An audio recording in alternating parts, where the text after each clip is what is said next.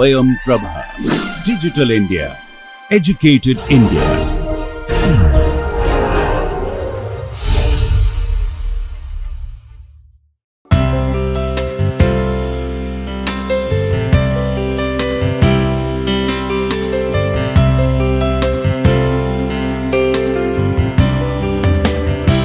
Welcome to lecture 48. Today's lecture we are going to discuss the project monitoring and management. In the last lecture we have discussed how to formulate the project, and in this week we are basically focusing various aspects of project planning and management.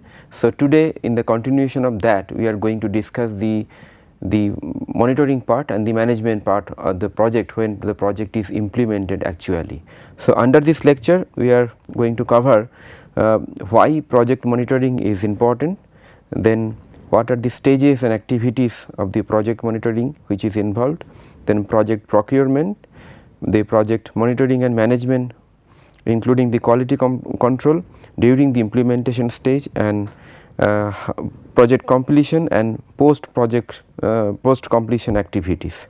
So to start with, why project monitoring, I just show the chart which I showed earlier for the different stages of the project.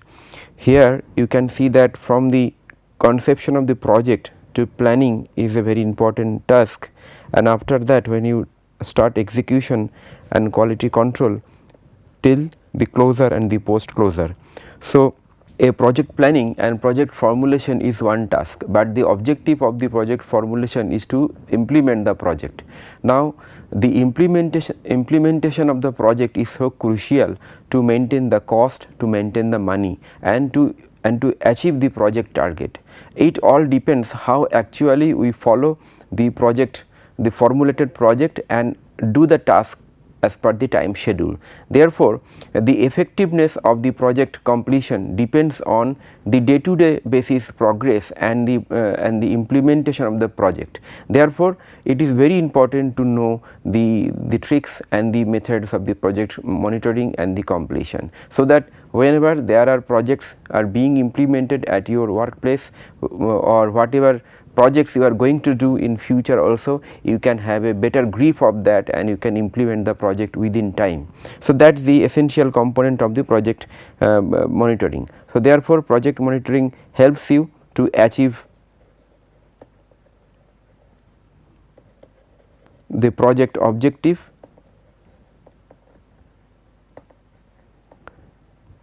then it helps you to maintain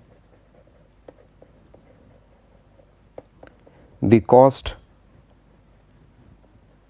and time which is planned during the project formulation, and also is ensure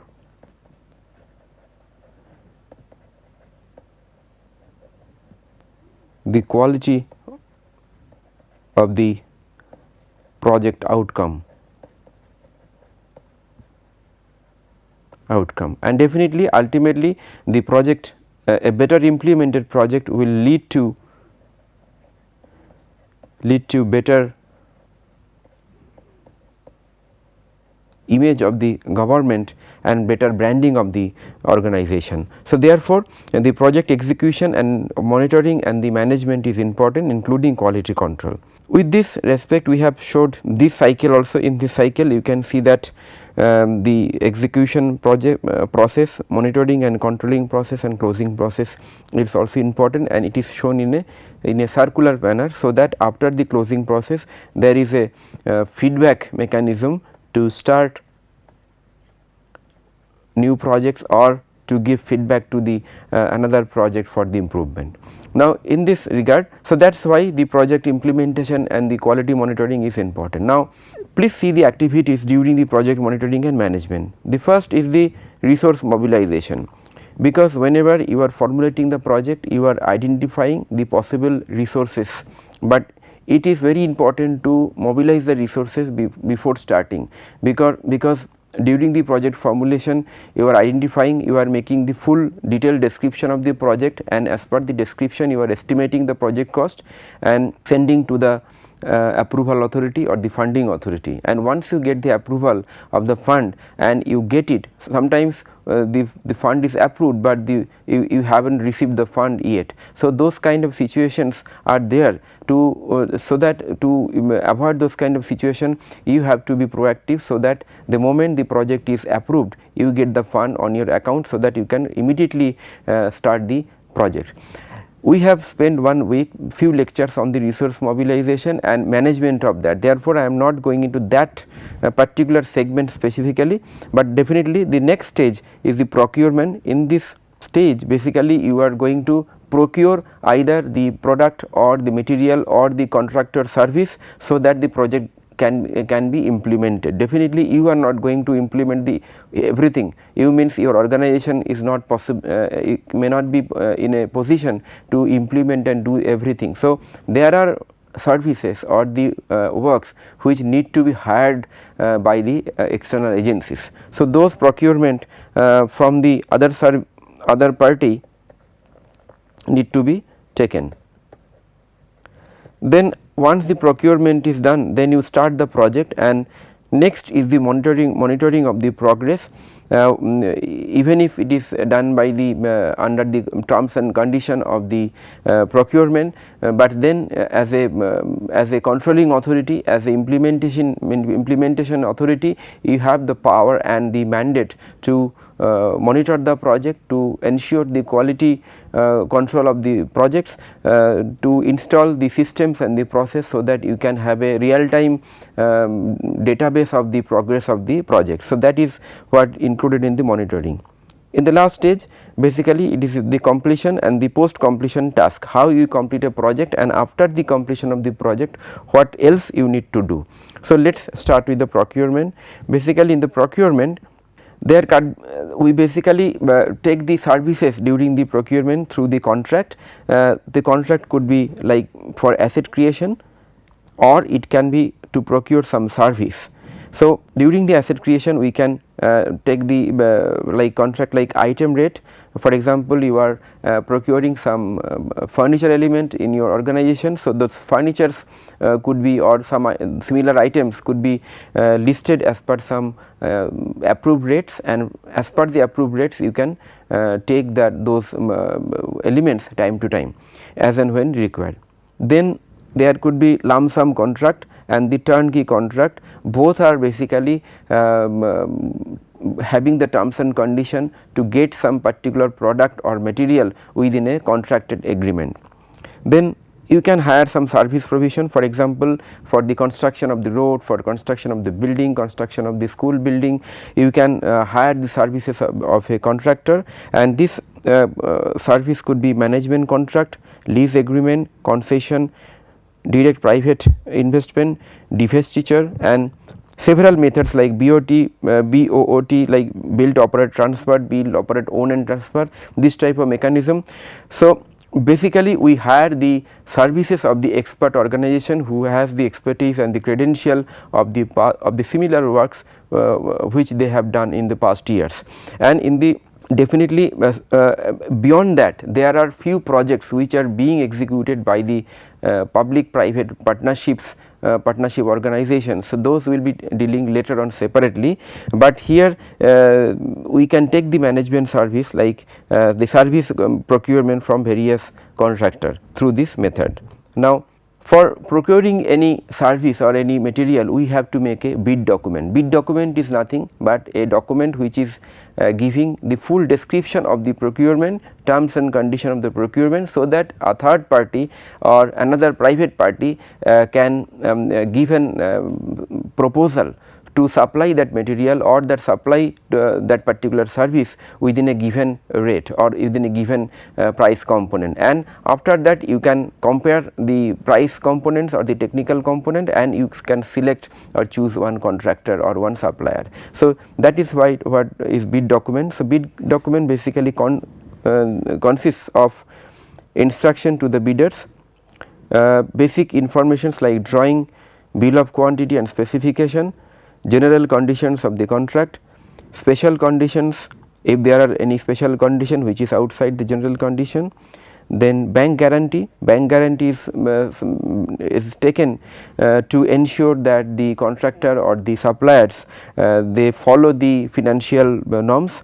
Then agreement format. So, these are the contents in a bid document, a general bid document which is provided. Then under the rate contract there could be items from minimum to maximum, quantity variation, if the quantity varies after a certain amount, what kind of changes in the rate will be there, those kind of specification is there. Then for the road, change of specification like say bituminous to other change of specification, those kind of that means the customization specification will be there in the rate contract bid document. Then staffing in terms of service procurement, what kind of involvement, continuity and training is required for the service sector. Then apart from that, the bid document also should ask about the work program, setting up the quality control lab, the joint measurement, the mechanism of the joint measurement, bill preparation, how the payment will be done, then penalty clauses, rejection of the poor quality of work, the variation of time and cost, what will happen if the time and cost is not maintained by the contractor. Then rates for new items and variations in quantity, if any new item is required during the project execution, what will be the rate and what will be the variation. Then revision in the rates as per the contract, mobilization, advance and recovery. So, these are the typical other information apart from the basic information which I told should be there in the bid document. Then after the bid document you ask for the proposal, and after getting the proposal you compare the proposal and select one. So, during the processing you have to maintain the Transparency Act, the competitive bidding, so that everybody can participate, no one should be excluded from the process, anybody eligible should be able to bid for the project. Then nowadays we always do the electronic tendering because it is better, it can reach many people within a very quick time, and it is also very cheaper. If you advertise in a newspaper or any offline media, it will cost a few thousands or lakhs rupees, and in electronic tendering you do not have to incur much cost. So, what organizations do, they give a small announcement in the newspaper and they refer the complete document in the electronic format, that is the from the website. Then eligibility of the contractor, you have to check the pre-qualification and the post-qualification. I will come to this point later. Then bid packaging, what kind of size, location, similarity, complexity, cost etc. will be there in the package of the proposal. Scheduling of the tender, interconnected works, how the service providers will schedule the work, that also need to be mentioned. And in the tendering process, advertisement could come at the national, state level. There could be a pre-bid meeting, modification may be required during the which based on the queries and the clarification made during the pre-bid meeting, and after that bid submission and opening in the presence of the contractor. This is the mechanism or the process which is taken for any procedure. So, please follow this process which is required to maintain for a procurement. Then the pre-qualification of the contractors are basically the particular types and classes of work what they have done for the project period, the subsequent re-evaluation and the criteria of the organization, technical, financial capacity. So, pre-qualification is based on whatever qualification and the expertise or the credential they have, based on that the pre-qualification is judged, and based on that they are allowed or not allowed. The post qualification is basically done in two stage, like basic requirement, whether the firm or the company can fulfill the basic requirement which is given in the bid document for doing the project or not, and the two stage evaluation is also mandatory, like technical stage and the financial stage. Some of you know that initially the technical stage is evaluated, and if they perform well, if they are allowed or if they are evaluated accepted during the first stage evaluation, then their the costs are compared, and based on that lowest cost is considered for selection. So, during the bid evaluation, basically you have to make a tender evaluation committee consisting the technical persons, technical, administrative and also the representative in your local body. There could be single bid, non-responsive bid, conditional bids. Evaluation of the bids could be verification and correction of the bid prices, comparative statement. This all you have to make by your technical team and put up to the committee, so that committee can check and approve it. Then approval of the tender evaluation report, letter of acceptance and work order to be issued. Then a contract agreement will be signed. So, contract agreement will have all the terms and conditions which are given in the bid document, and it, in addition, the additional terms and condition also can be put as per the work order or as per the subsequent discussions. Then there could be a system of performance security, frequent increasing security and negotiation. What kind of negotiations will be required in during the execution, those kind of provisions also need to be specified in the contract agreement. Then if you hire a consultancy service which is basically in services in nature, then it is also important that you take the international and domestic consultant. Nowadays it is very common in like centrally sponsored schemes in like smart city, Amrut and many other schemes. The municipalities, even ministries and the state governments, they are hiring the international and the domestic consultants, because it has been found that many cases the urban local government, they are not able to do each and everything of a large program like smart city or the Amrut or Swachh Bharat Abhiyan, all these large programs. Then for the consultancy service, it can be done separately, like you can make a shortlisting of the consultant based on some criteria, mostly technical criteria. And before I discuss the capacity building for urban development project, under this capacity building for urban development projects is a capacity building and transfer of knowledge and skill. So, the shortlisting of the consultant or the training entities were done based on the past credential of the similar activities. So, it is basically the technical criteria which makes the consultant eligible. Next is the procurement of the consultancy service. This procurement is done based on like similar to bid process, but sometimes the procurement can be simplified, because here you are hiring the consultant. Terms of references will be there as the detailed terms of reference and the conditions.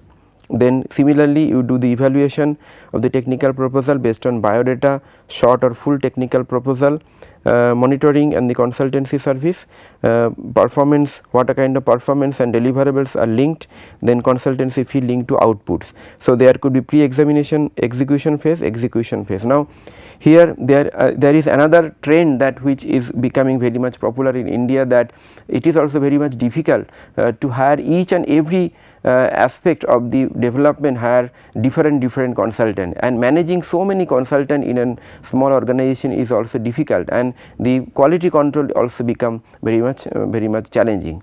In this situation, sometimes the government, state government or the large municipal corporation, they hire a master consultant who will be given the mandate or the responsibility to manage other small consultant. That's how the overall procurement of the consultancy service also could be made simpler and easier. Then during the project monitoring and management, after the procurement is done, you start the project, and during the project you have to maintain the project timing and the cost, and during that time basically we do a concrete work plan.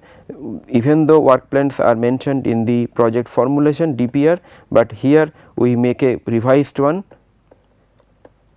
based on the current status of the project. We use bar chart, network diagram. Basically we decompose the activities so that the project could be shown into various small task and subtask. Then after that we make a sequencing of the task, then every sequencing we put a activity duration, that is time, activities with or without floats, how much time can be there, and how much time could be extended, that also we have to see. Critical activities in the critical path. Critical path is nothing but the critical the process or the connections between two or several tasks which are most critical and could be done in a more quicker way. Those are the critical path, has to be identified and to be detailed out. Duration compression of the technique. So, this kind of crushing or fast tracking, this kind of provisions are there to undertake the some amount of changes happening during the projects which is natural. Then apart from that, we can use project management tools like MS Project or Primavera. These are the software used for project management. So, using software will maintain the database of the day to day project management progress, and also will project or predict the possible completion time, possible cost and everything. So, and it helps engineers and the project implementer in a better way, so that the project can be implemented on time. Then this is a typical, you can typical project management bar chart. You can see how the under every task the subtasks are maintained, and every subtask has the time limit, like baseline time to the time plan, and here the time plan is shown, and every task is shown as per the date wise, week wise or month wise. So, similar type of bar chart can be prepared. You can use, if you do not have the sophisticated softwares, you can use simple MS Excel. Every office must be having the MS Office software. So, MS Excel also can be used to prepare this type of bar chart, and you can revise time to time during the project execution period. During the implementation, basically some criteria which you need to consider is the variations, the approval of the project during and the before the project, interagency coordination. Every project needs coordination between the other organization. If you are constructing a road projects, definitely it needs coordination between the water supply, sewerage, the PWD, all the organizations. So, those kind of coordination is required. Progress report, the intervals and what is the frequency of the project report, and the outcome of the project progress report, and what is the further action taken after the progress report, that need to be detailed out. Project management software, as I told, project management software can be used. Project completion report to be done, then documentation of the lessons learned and the best practice. A benefit evaluation could be done. Management action plan may be required based on the progress or lack of progress, and the quality control. In the quality control, I give you an example that how Government of India under Pradhan Mantri Awas Yojana, they have made some templates, forms and formats to maintain the quality control. Just have a look, you will understand. So, these are the basically the basic information of some project. Then these are the project overview, and these are the some salient information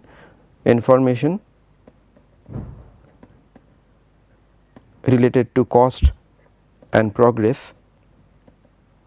So, total fees approved, or what kind of activities are going on. Similarly, they have templates like this which is used for a third party monitoring report. So, this is I have just shown only the first page. There are many pages, you can have a look of the document. So, it is a very exhaustive document. So, then you can also do the third party quality monitoring if you are unable to make the quality monitoring at your own level. Similarly, there could be an action taken report by the based on the third party quality monitoring, because third party quality monitoring report will be based on the actual status of the project. So, based on that there could be some gaps, some lacuna in the project. So, some action could be taken. So, those kind of report also is required, right. So, I go forward then.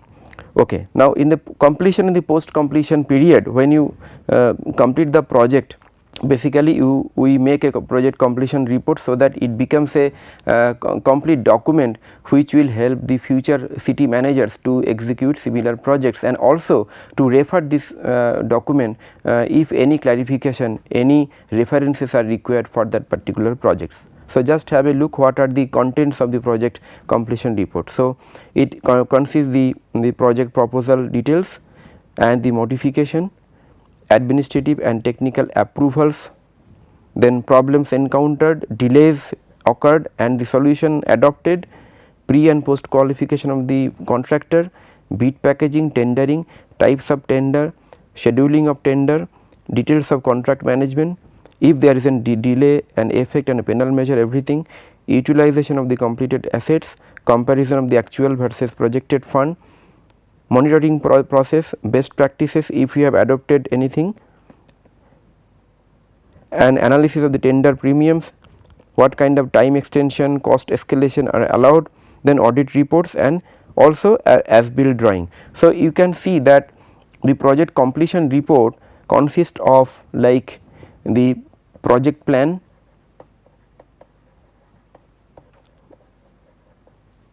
the bid or the procurement papers and also the monitoring during the monitoring whatever. So, these 3 stages, monitoring and execution stages, whatever we are doing, all those papers are included.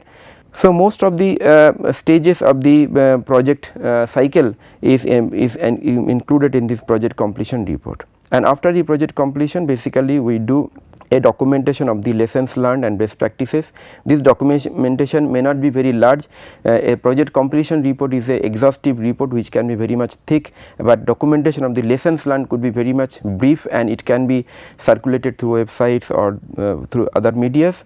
Then what kind of benefit you have achieved, then consolidation of the periodic reports and the final survey, then what kind of management action plan is taken for the future project, that also could be taken.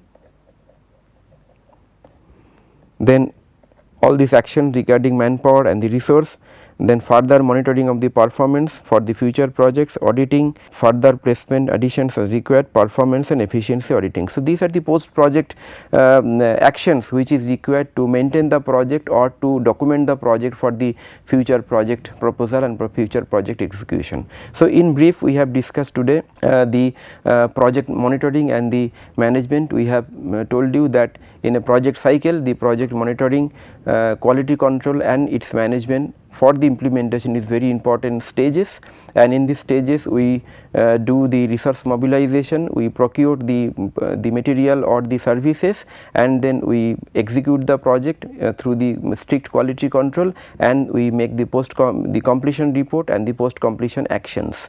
In the procurement process we make a bid document, we make tender evaluation committee, and based on the 2-stage evaluation, technical stage and the economic and the financial stage, we identify the lowest bidding contractor or the supplier, and then we select them for execution of the project. And not only that, due to time to time we make quality monitoring. We have shown the examples how the nationally coordinated programs are being monitored through the third party quality agency, but for the small projects definitely you can take up the quality monitoring at your own end. And in the last we compile each and every information starting from the earlier project plan, the deviations, delay or the expansion revisions of the project, bid document, terms and condition, the as built drawing and all the approvals, everything together compiled, and it is called as a project completion report. The project completion report is a very important document which helps in future for any reference or